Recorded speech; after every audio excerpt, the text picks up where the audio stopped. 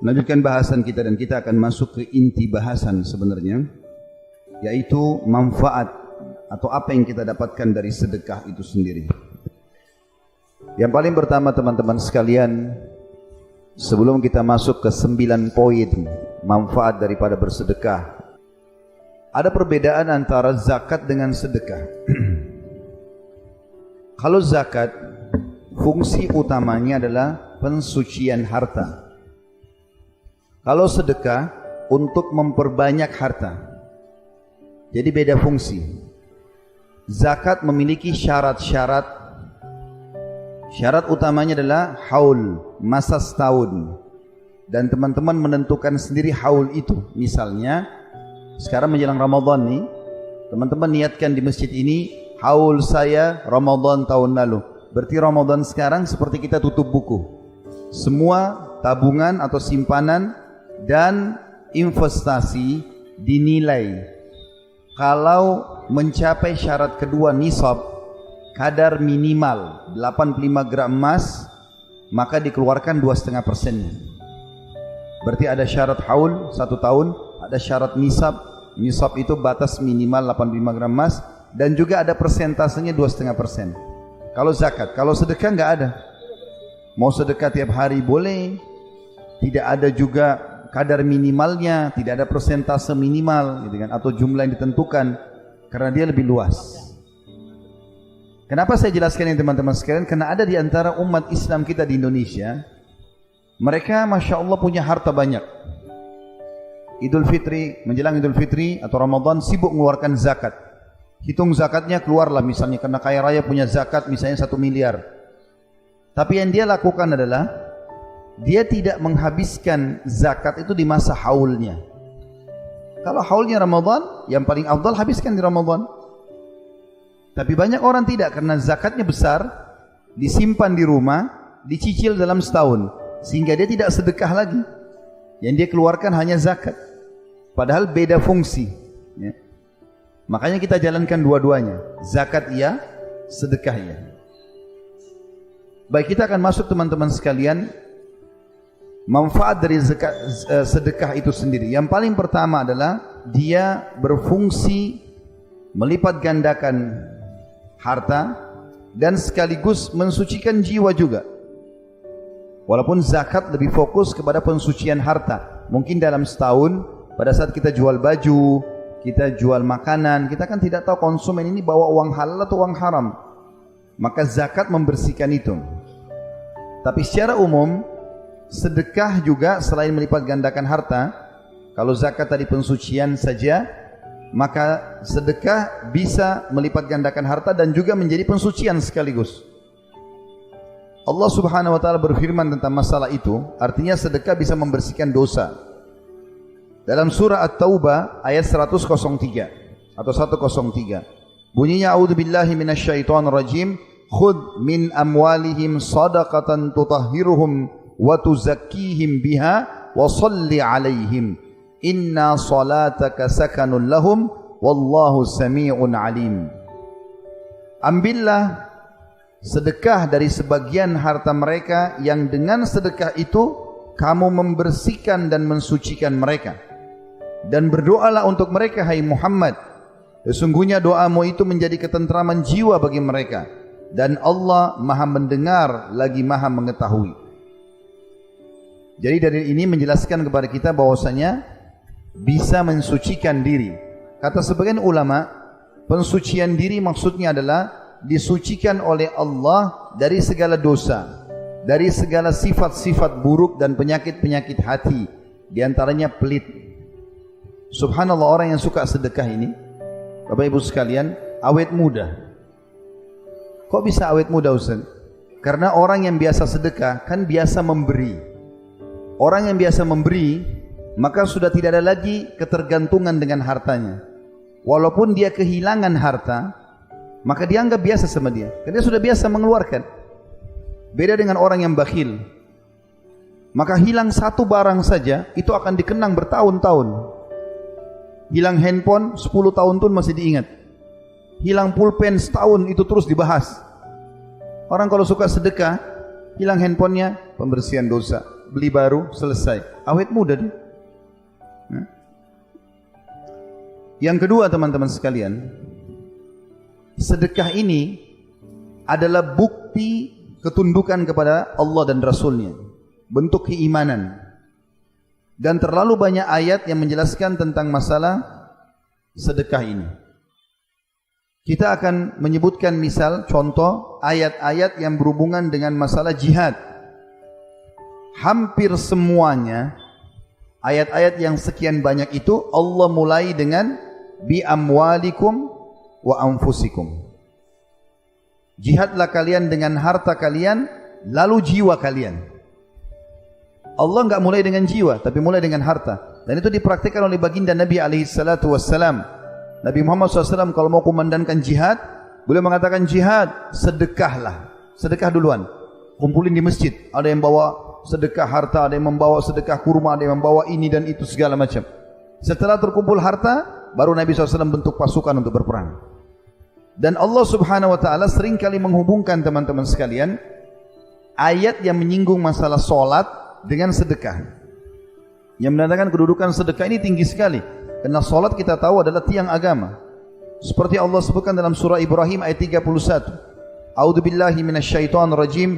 Qul li'ibadiyalladzina amanu yuqimus salata wa yunfiqu mimma razaqnahum sirran wa alaniyatan min qabli an ya'tiya yaumun la bay'un fihi wala khilal.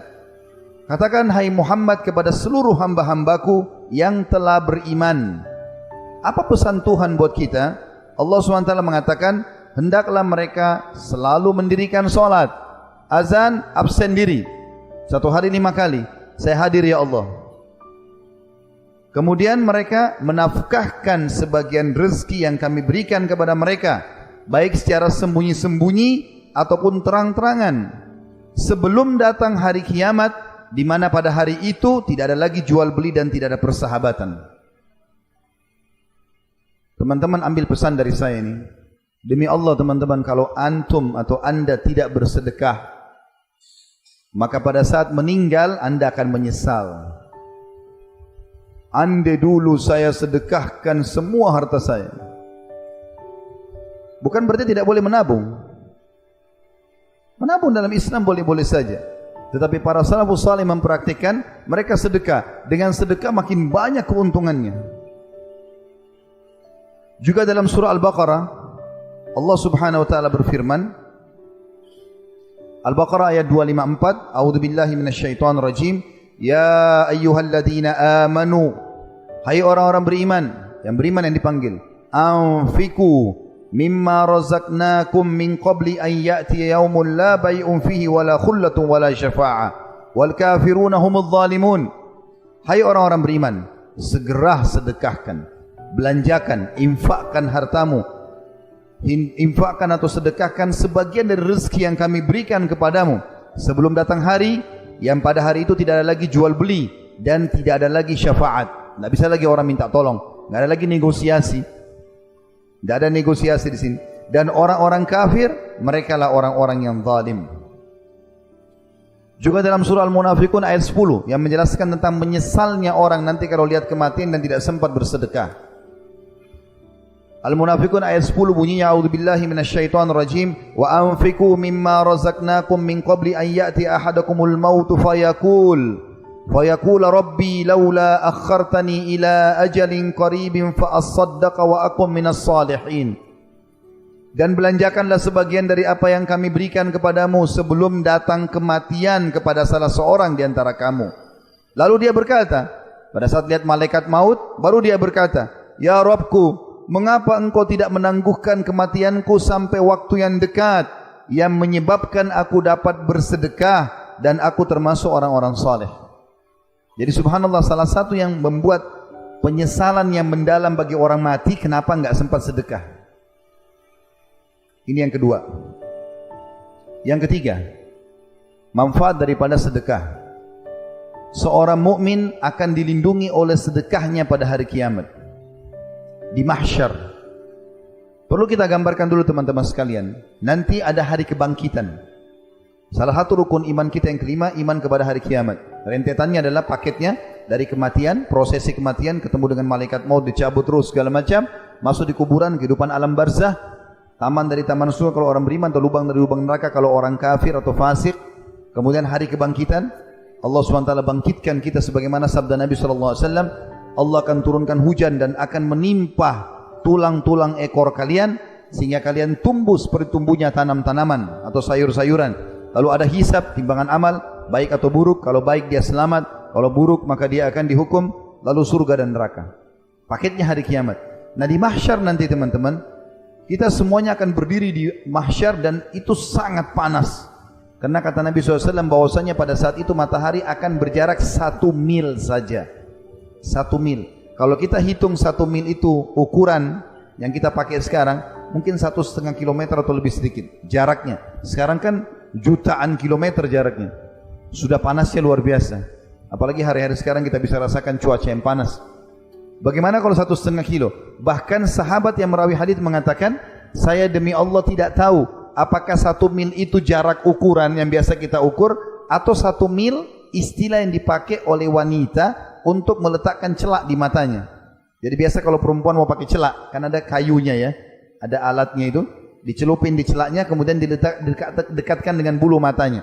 Kalau dia sudah letakkan dekat bulu matanya seperti ini untuk digosok gitu, maka ini namanya mil dalam bahasa Arab juga. Bisa saja seperti itu. Makanya Nabi SAW mengatakan dalam hadis yang sahih, ya'rukun nasu yaumal qiyamah tayadhhabu arakuhum fil ardi 70 dhira'a wa yuljimuhum hatta yabluga adhanahum. Pada hari kiamat manusia akan berkeringat hingga ngalir sejauh 70 hasta keringat mereka, dan akan menenggelamkan mereka hingga mencapai telinga mereka. Ibnu Hajar rahimahullah menanggapi hadis ini sambil mengatakan, barang siapa yang memperhatikan kondisi tersebut, bahwasanya orang akan ditenggelam dengan keringatnya. Bahkan dalam hadisnya dikatakan orang akan tenggelam dengan keringatnya sesuai dengan kadar dosanya. Ada yang tenggelam sampai mata kakinya, ada yang tenggelam sampai lututnya, ada yang sampai perutnya, ada yang sampai tenggorokannya, dan ada yang tenggelam sampai seluruh tubuhnya. Tapi orang lain enggak kena, dia sendiri karena panasnya. Kata Ibnu Hajar rahimahullah, barang siapa yang memperhatikan kondisi tersebut, niscaya ia akan mengetahui betapa besarnya goncangan pada hari itu, di mana neraka mengelilingi tanah padang mahsyar dan matahari didekatkan sekitar 1 mil jaraknya dari kepala manusia. Maka bagaimana kondisi panasnya bumi pada saat itu? Dan keringat mereka akan mengalir pada padang Sahara hingga mencapai 70 hasta. Berarti sekitar 30 meter dalamnya. Padahal setiap manusia tidaklah menempati sebuah tempat sebatas tanah yang dia pijak saja. Dan bagaimana kondisi manusia pada saat itu dengan keringat dan peluh mereka, padahal mereka berbeda-beda kadar peluhnya. Belum asin, belum bau, segala macam. Sesungguhnya hal itu adalah suatu perkara yang membuat akal berkesima, dan manusia sangat membutuhkan naungan pada saat itu. Oleh karena itu, perlu kita renungi hadis Uqbah bin Amir radhiyallahu anhu. Setelah tahu keadaan mahsyar begitu, Uqbah bin Amir meriwayatkan sebuah hadis radhiyallahu anhu bahwasanya Nabi SAW bersabda, "Kullu mri'in fi dhilli sadaqatihi hatta yufsala bainan nas, au qala hatta yuhkama bainan nas." Setiap orang pada hari kiamat nanti di mahsyar, di mana sangat panas, orang tenggelam dengan keringatnya sendiri, dibawa naungan sedekahnya hingga manusia diadili oleh Allah Subhanahu wa taala. Dan Nabi SAW mengatakan, atau dalam riwayat lain, hingga keputusan di antara manusia ditetapkan dalam pengadilan Allah. Abul Khair berkata, seorang perawi hadis, tidaklah suatu hari dilewati melainkan dia bersedekah, atau dikatakan tentang Abul Khair bahwasanya tidaklah lewat sehari kecuali dia bersedekah, walaupun hanya dengan sepotong roti, kue ataupun sebutir bawang, karena takutnya nanti jangan sampai sedekahnya tidak menolongnya di mahsyar. Juga bagi orang yang suka bersedekah, Allah Subhanahu wa taala memudahkan Rasulnya Muhammad SAW menyampaikan kepada kita ada 7 golongan yang akan dinaungi oleh Allah di hari kiamat, di mana tidak ada naungan kecuali naungan Allah. Tidak kena panas, tidak tenggelam dengan keringat. Dari 7 ini salah satunya adalah warajulun tasaddaqa bisadaqatin fa akhfaha hatta la ta'lama shimalu wa tunfiqu yaminu. Seseorang yang sibuk bersedekah dengan tangan kanannya sampai-sampai tangan kirinya tidak tahu apa yang dikeluarkan oleh tangan kanannya. Saya teman-teman sekalian yang keempat, manfaat dari sedekah. Sedekah itu akan menghindarkan dari musibah dan menjauhkan dari kematian buruk atau su'ul khatimah. Di dalam hadis diriwayatkan oleh Abu Umamah radhiyallahu anhu bahwasanya baginda Nabi alaihi salatu wasallam bersabda, "Sana'iul ma'ruf taqiyu masari'as su' wa sadaqatus sir tudfi'u ghadabar rabb wa silatur rahim tazidu fil umur." Artinya, perbuatan-perbuatan baik, ketaatan-ketaatan kepada Allah akan menghindarkan diri dari pintu-pintu keburukan, musibah, cobaan. Semua orang, kata ulama hadis, yang rutin bersedekah, setiap ada cobaannya tertepis atau dia jadi mudah melewatinya. Sedekah yang tersembunyi itu bisa meredam amarahnya Rabb. Kalau dia buat salah kan biasanya Allah marah, Allah akan hukum dia, tapi enggak jadi Allah hukum karena sedekahnya. Dan menyambung silaturahim akan menambah umur. Hadis ini sanadnya hasan, diriwayatkan oleh At-Tabarani. Ibnu Abu Ja'ad rahimahullah menanggapi hadis ini sambil mengatakan, sesungguhnya sedekah benar-benar akan menghindarkan seseorang dari 70 pintu keburukan. Bahkan ada hadis Nabi SAW yang diriwayatkan oleh Anas bin Malik radhiyallahu anhu yang berbunyi, inna sadaqata la tudfi'u ghadabar rabb wa tadfa'u an mitati su'. Ketahuilah sesungguhnya sedekah itu, kata Nabi SAW, dapat memadamkan amarah Rabb. Kalau ada orang buat dosa, Allah akan hukum. Tapi karena dia sedekah, Allah hilangkan murkahnya itu. Dan menghindarkan dia dari kematian buruk. Ibnu Arabi Al-Maliki berkata, yang dimaksud dengan hakikat kematian buruk adalah kematian dalam kondisi melakukan kemaksiatan.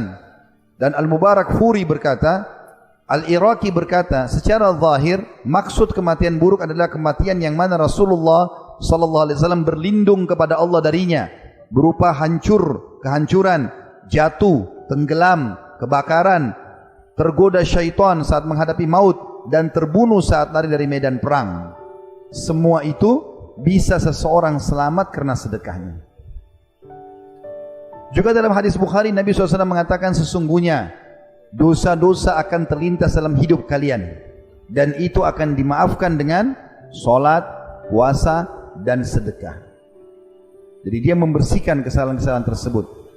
Kata ulama, orang yang rutin bersedekah Allah akan selamatkan. Yang penting sedekahnya dari sumber yang halal. Perlu teman-teman garis bawah juga poin penting. Kita kuatkan di poin keempat ini. Sedekah yang paling afdal adalah sedekah yang sumbernya benar, halal, dikeluarkan di jalan yang benar. Antum kerja, dagang, halal, modalnya halal, produknya halal, sistemnya halal, dikeluarkan, sumbang untuk masjid, rumah anak yatim, bakti orang tua, jamu tamu, itu yang paling afdal. Dan ini yang bisa menyelamatkan dari masalah. Yang kedua, yang ketiga dan keempat ini masalah, bahkan bisa jadi hukuman bagi dia. Yang kedua, ini yang bisa masalah adalah sumbernya halal. Jelas dia halal, dagangnya, modalnya, segala macam, gajinya sebagai pegawai halal, tapi dikeluarkan ke yang haram, dipakai berzina, dipakai menipu, dipakai ini dan itu. Ini bisa berbahaya bagi dia, tidak ada manfaatnya, tidak dapat manfaat tadi ini. Yang ketiga juga sama buruk, sumbernya halal, sumbernya haram, tapi dikeluarkan pada yang halal. Misal hasil korupsi, pencurian, manipulasi, mencuri, ya, kemudian dikeluarkan untuk haji dan umrah, enggak diterima. Karena kata Nabi SAW, Inna Allah tayyibun la yakbalu illa tayyiba. Allah suci dan bersih, tidak terima kecuali suci dan bersih. Yang terakhir, yang keempat, yang paling buruk, sumbernya haram, keluar yang haram. Hasil pencurian dipakai berzina. Ini yang paling berat. Oleh karena itu kita harus fokus, harta kita harus sumbernya halal, kemudian dikeluarkan pada yang halal. Nabi SAW mengatakan, ni'ma malus salih biyadi abdis salih. Sebaik-baik harta adalah yang saleh, yang halal, yang baik, kemudian di tangan orang yang saleh, karena dia akan keluarkan pada kebaikan-kebaikan. Yang kelima, sedekah itu akan menjadi bukti tentang keimanan dan saksi pada hari kiamat. Disebutkan dalam sebuah hadis Nabi SAW, dan hadis ini diriwayatkan oleh Imam Muslim, at-tuhuru syatrul iman walhamdulillahi tamla'ul mizan wa subhanallahi walhamdulillahi tamla'ani atau tamla'u ma bainas samawati wal ard wassalatu nur wassadaqatu burhan wassabru diya wal qur'anun hujjatun laka aw alaik kullun nasi yakdu fabayu nafsahu famu'tikuha aw mubikuha. Terjemahannya, bersuci itu bagian daripada iman. Maaf cebok dari buang air besar, buang air kecil. Bersuci dari badan, pakaian, tempat. Disunnahkan oleh Nabi SAW, bahkan itu adalah bagian daripada keimanan. Mandi wajib dari junub, mandi Jumat bagi laki-laki, kemudian mandi haid dan nifas bagi perempuan. Itu bagian daripada keimanan. Alhamdulillah, yang sering diucapkan akan memenuhi dan memberatkan timbangan. Subhanallah walhamdulillah, kalau ditambah dengan alhamdulillah, digabungkan dengan subhanallah, maka akan memenuhi pahalanya antara langit dan bumi. Seringnya orang mengucapkan subhanallah alhamdulillah gitu kan. Kemudian solat itu akan menjadi cahaya, sedekah itu akan menjadi bukti dan saksi pada hari kiamat, sabar itu pelita hidup, sedangkan Al-Quran itu adalah hujjah untuk memberimu pahala kalau kau baca dan amalkan, dan hujjah akan menghukummu apabila kau mengabaikannya. Ingatlah kata Nabi SAW, setiap manusia berusaha dan menjual dirinya, maka di antara mereka ada yang membebaskan dengan kebaikan dan ada yang menghancurkan dengan kemaksiatan. Saksi bahasan kita, as-sadaqatu burhan. Sedekah itu adalah bukti nyata tentang keimanan dan akan jadi saksi pada hari kiamat. An-Nawawi berkata rahimahullah menanggapi hadis ini, bahwa sedekah itu hujjah atau argumentasi yang sangat kuat untuk menyelamatkan diri dan dalil atas keimanan pelakunya, karena seorang munafik tidak akan melakukannya karena ia tidak meyakininya. Lalu barang siapa yang bersedekah maka dapat diambil sebagai bukti keimanannya. Yang keenam, sedekah itu adalah tebusan untuk menyelamatkan seseorang dari api neraka. Beranjak daripada sebuah riwayat yang sahih bahwasanya Nabi SAW bersabda, Nabi Yahya alaihissalam pernah berkata kepada kaumnya, wa amurukum bis sadaqah, aku perintahkan kalian untuk bersedekah, rutinkan dan jangan perhitungan dalam masalah itu. Fa inna mathala dzalika kamathali rajulin asarahul adu fa awsaku yadahu ila unukihi wa qaddamuhu liyadribu unuqah. Karena perumpamaan seseorang nanti hari kiamat seperti orang yang sedang ditawan oleh musuh, lalu kedua tangannya dibelenggu di lehernya dan mereka membawanya untuk dipenggal lehernya.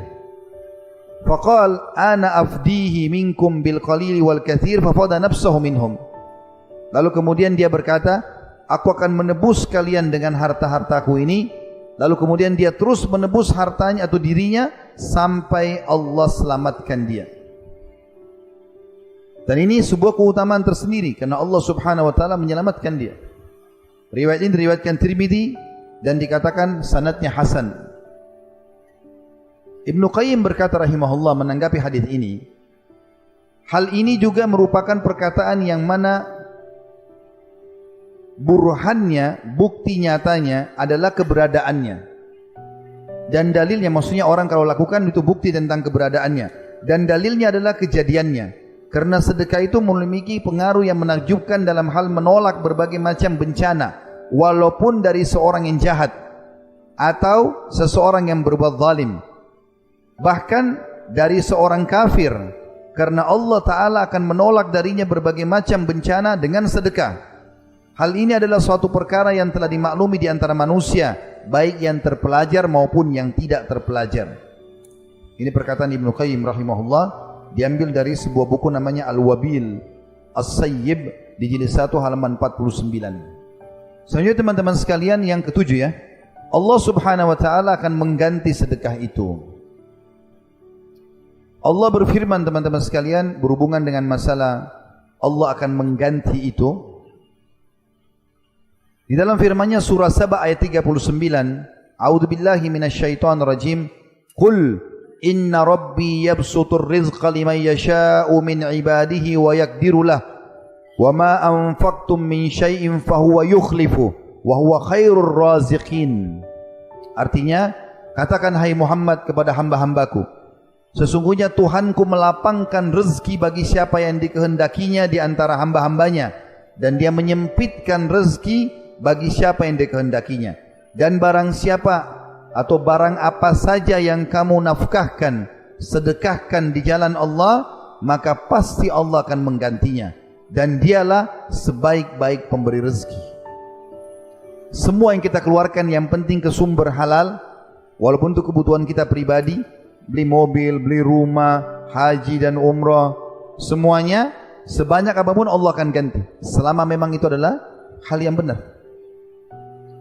Dan dalam hadis Bukhari yang lain, mulia sekali hadis ini, kita akan mendapatkan doa malaikat untuk melipat gandakan harta kita hanya dengan sedekah setiap hari itu. Kata Nabi SAW, "Ma min yaumin yusbihul ibadu fihi illa wa malakani yanzilan." Tidak ada satu hari pun di pagi hari setiap hamba yang masih hidup ada, kecuali ada malaikat yang Allah turunkan dua dari langit pada hari itu. Fayakul ahaduhuma, maka salah satu malaikat itu berkata, Allahumma a'ti mumfikan khalafa, ya Allah berikanlah kekayaan dan ganti orang-orang yang berinfak. Wa yaqulul akhar, Allahumma a'ti mumsikan talafa. Dan yang satu lagi mengatakan, ya Allah binasakan, hancurkan orang-orang yang kikir. Imam Nawawi berkata rahimahullah menanggapi hadis ini, para ulama berkata, infak tersebut adalah dalam ketaatan, akhlak-akhlak yang terpuji untuk keluarga dan tamu, sedekah-sedekah dan sebagainya, dan tidak pada hal-hal yang tercela atau mubadzir berlebih-lebihan. Sedangkan infak yang menahan diri dari hal yang tercela dalam infak adalah hal yang positif. Lalu beliau mengatakan, atau Ibnu Hajar menanggapi itu, Ibnu Hajar mengatakan adanya doa dari malaikat kehancuran mengandung dua makna. Tadi kan malaikat yang satu mengatakan, ya Allah gantikan dan luaskan rezeki orang yang berinfak, yang satu mengatakan binasakan dan hancurkan orang yang kikir. Kata Imam Ibnu Hajar rahimahullah mengandung dua makna Allah hancurkan di sini. Yang pertama, dihancurkan hartanya sendiri. Yang kedua, dihancurkan jiwanya. Artinya Allah buat dia sakit, buat masalah segala macam karena tidak pernah berinfak itu. Ini resep yang sangat luar biasa teman-teman sekalian. Yang kedelapan, tentu tinggal dua saja. Yang kedelapan adalah sedekah itu termasuk yang tidak akan pernah terputus setelah meninggal orang. Hadis yang masyhur yang sudah kita tahu sama-sama. Hadis ini diriwayatkan oleh Imam Muslim. Idza mata ibnu Adam inqata 'amaluhu illa min thalath. Kalau anak Adam meninggal dunia, terputus sumber pahalanya kecuali dari tiga sumber yang pasti. Lalu Nabi SAW sebutkan yang pertama, shadaqatun jariyah, sedekah yang dikeluarkan yang terus bermanfaat, wakaf tanah, bangunan masjid, rumah anak yatim, Al-Quran yang dibaca, segala macam, jalan, jembatan, itu semuanya. Au ilmin yuntafa'u bih, atau ilmu yang bermanfaat yang disebarkan. Au waladin salihin yad'ulah, atau anak saleh yang mendoakan dia. Kata para ulama, perhatikanlah baik-baik wahai saudaraku dari hadis ini. Ternyata Nabi SAW menyebutkan yang paling pertama membuat selalu pahala kita bertambah setelah kita meninggal adalah sedekah. Jangan pernah mengkhayal ahli waris akan sedekah buat kita. Mungkin ada kalau kita wasiatkan, tapi berapa banyak? Tidak akan sama kalau kita yang sedekahkan. Yang terakhir teman-teman sekalian adalah keutamaan yang kesembilan, sedekah itu bisa menghapuskan dosa-dosa. Sebagaimana hadis Muadz bin Jabal radhiyallahu anhu disebutkan dalam Sunan Tirmidzi dengan sanad sahih, Nabi SAW bersabda, "As-shadaqatu tudfi'ul khati'ata kama yudfi'ul ma'un nar." Sedekah itu menghapus kesalahan sebagaimana air memadamkan api. Jadi ada dosa-dosa yang dimaafkan oleh Allah karena sedekah. Abdullah bin Abbas, Abdullah bin Umar radhiyallahu anhum ajma'in berkata, kalau aku punya perkara yang belum selesai atau doaku belum diijabah, maka aku sengaja keluar mencari orang miskin untuk aku bersedekah padanya. Dan dengan itu Allah Subhanahu wa taala memudahkan urusanku. Sekian banyak keutamaan teman-teman sekalian. Resep yang sederhana. sedekah.